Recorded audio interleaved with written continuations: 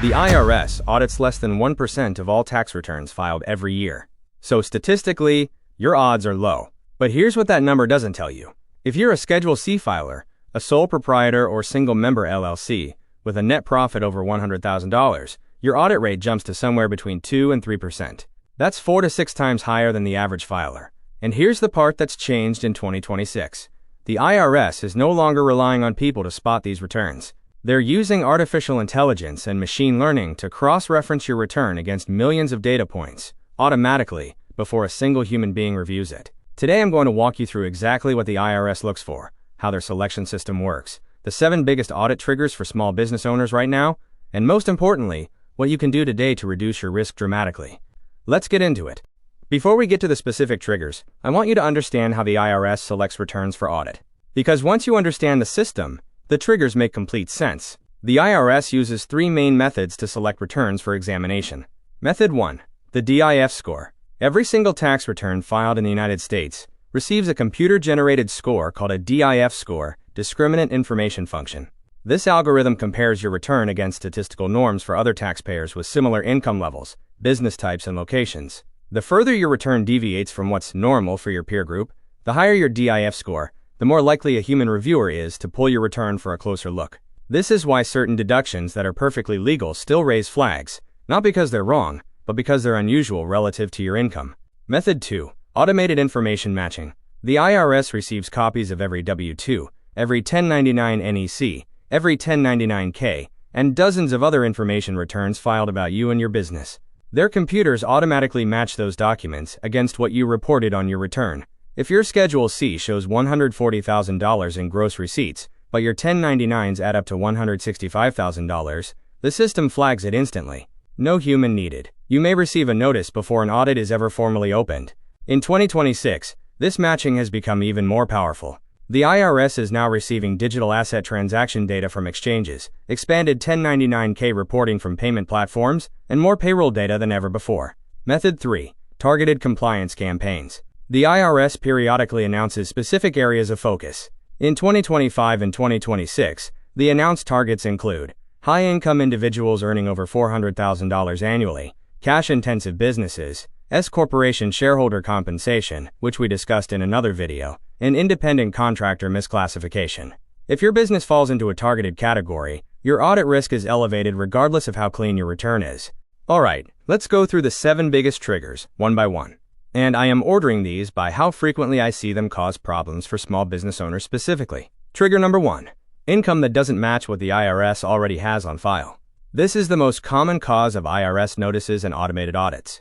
The IRS receives copies of every 1099 NEC, 1099-K, and W-2 issued in your name. Their computers compare those numbers to your return the moment you file. If you forgot to include income from a single client who paid you $3,000 and filed a 1099, the IRS knows. If your PayPal or Stripe income shows up on a 1099-K and you didn't account for it, the IRS knows. The fix is straightforward, but requires discipline. Before you file, reconcile every bank deposit, every payment platform summary, and every 1099 you received against what you're reporting on your return. Every single one. No exceptions. Trigger number 2. Deductions that are disproportionately large relative to your income. Remember that DIF score we talked about? This is exactly where it comes into play. The IRS has statistical benchmarks for what expenses look like as a percentage of gross revenue for your specific industry. If your deductions are significantly higher than what's typical for a business like yours, your score goes up. The categories that get flagged most often are meals, travel, and vehicle. The IRS knows that the meals and entertainment category gets abused. If your meal expense is $18,000 on $90,000 of revenue, that's going to stand out. Keep receipts and document the business purpose of every meal. Who was there? What was discussed? And what business objective did it serve? Travel expenses have the same logic. Lavish travel deductions with no clear business purpose documented are a red flag. For vehicle expenses, whether you're using the standard mileage rate or actual expenses, you need a contemporaneous mileage log. That means recorded at the time of the trip, not reconstructed from memory in March. A mileage log written 6 months after the fact is almost worthless in an audit. The key message here is not that these deductions are wrong. It's that the IRS expects documentation to match the size of the claim. The bigger the deduction, the stronger your documentation needs to be. Trigger number 3. The home office deduction, but specifically, claiming it incorrectly. I want to be very clear. The home office deduction is completely legitimate and often significant for small business owners. The issue isn't claiming it. The issue is claiming it without meeting the IRS requirements. The IRS requires two things for a home office deduction to qualify. Number 1. The space must be used regularly and exclusively for business. Not mostly, not usually, exclusively. Number 2. It must be your principal place of business, or a place where you regularly meet clients, or a separate structure used exclusively for business. Where people get into trouble is claiming a room that also has a guest bed, a TV, or kids' toys. Claiming a percentage of the home that doesn't actually reflect exclusive business use. Or claiming the deduction as a W-2 employee, which has not been allowed since the 2017 Tax Cuts and Jobs Act for most employees. If you legitimately qualify, document it. Know your square footage. Keep utility bills. Take photos of the space. The deduction is worth claiming. Just claim it correctly. Trigger number 4 is reporting a business loss year after year. The IRS has a concept called the hobby loss rule. Under IRC Section 183, if your business shows a loss in 3 or more of the last 5 consecutive years, the IRS may begin questioning whether your activity is actually a business or just a hobby you're using to generate tax deductions. If the IRS reclassifies your business as a hobby, you lose the ability to deduct expenses beyond your hobby income.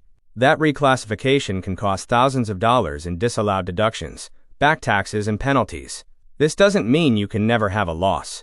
Startups lose money. Businesses have bad years. The issue is a pattern of losses with no clear path to profitability, and no documentation showing you're operating like a real business. If you've had multiple loss years, protect yourself. Document your business plan, your marketing efforts, the time you invest, and your intent to generate profit. Keep records that show you're operating professionally, not as a hobby with a tax ID number. Trigger number 5 is operating a cash-heavy business without clean records to back up your income.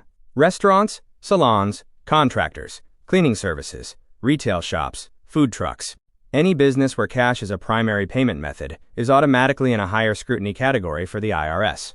The concern is straightforward. The cash is hard to trace, and the IRS knows that cash-heavy businesses have more opportunity to underreport income. That's not an accusation. It's why this category is flagged more frequently. The protection is also straightforward. Meticulous records, daily sales logs, reconciled point-of-sale reports, bank deposits that tie to your reported revenue. If your books show $180,000 in cash sales, but your lifestyle and bank deposits suggest something different, that gap is a problem. If you run a cash business, your bookkeeping standards need to be higher than average, because the IRS is already paying more attention to you. Now, if you've made some of these mistakes, do not panic. You are not going to jail tomorrow. But these next 2 triggers are the easiest ones to fix right now. Trigger number 6 is filing a return full of perfectly rounded numbers. If your travel expense is exactly $10,000, your advertising is exactly $8,000, and your office supplies are exactly $2,000. The IRS sees a return that was estimated, not documented. Real expenses aren't round. They're something like $9,847, or maybe $7,612. Consistently round numbers across multiple line items suggest that deductions were guessed at rather than tracked. That raises your DIF score.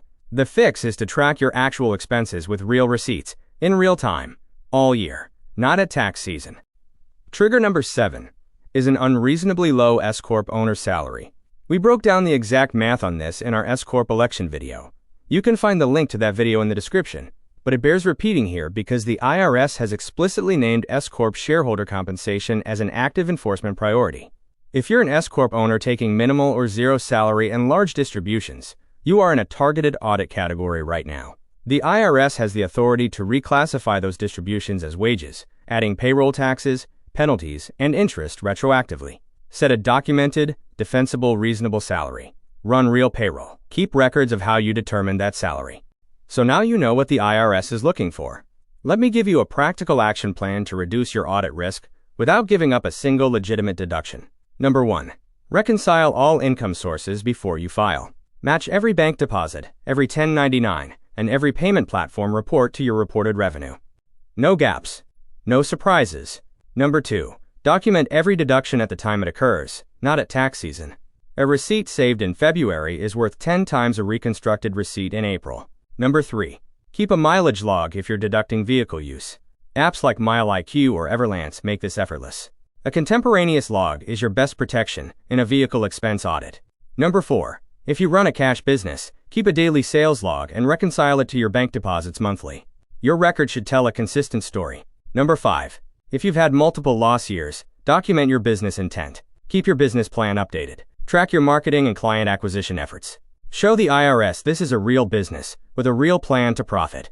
Number 6. If you're an S-Corp owner, make sure your salary is reasonable and documented. This is not the place to cut corners. And number 7. Work with a CPA who understands small business tax. Not just someone who files your return, someone who reviews your deductions, flags potential issues before you file, and can represent you if the IRS ever does come knocking. An IRS audit doesn't have to be a nightmare. For business owners who keep clean records, document their deductions, and file accurate returns, an audit is an inconvenience, not a catastrophe. The goal isn't to hide from the IRS. It's to be so well documented that an audit would actually go in your favor. If you want an audit-proof shield around your business, click the link in the description to get a professional risk assessment from our partner CPA firm. Let's make sure you keep your money safe. If this video was useful, subscribe to the channel, because we publish new content every week on tax strategy and bookkeeping designed specifically for profitable small business owners. I'll see you in the next one.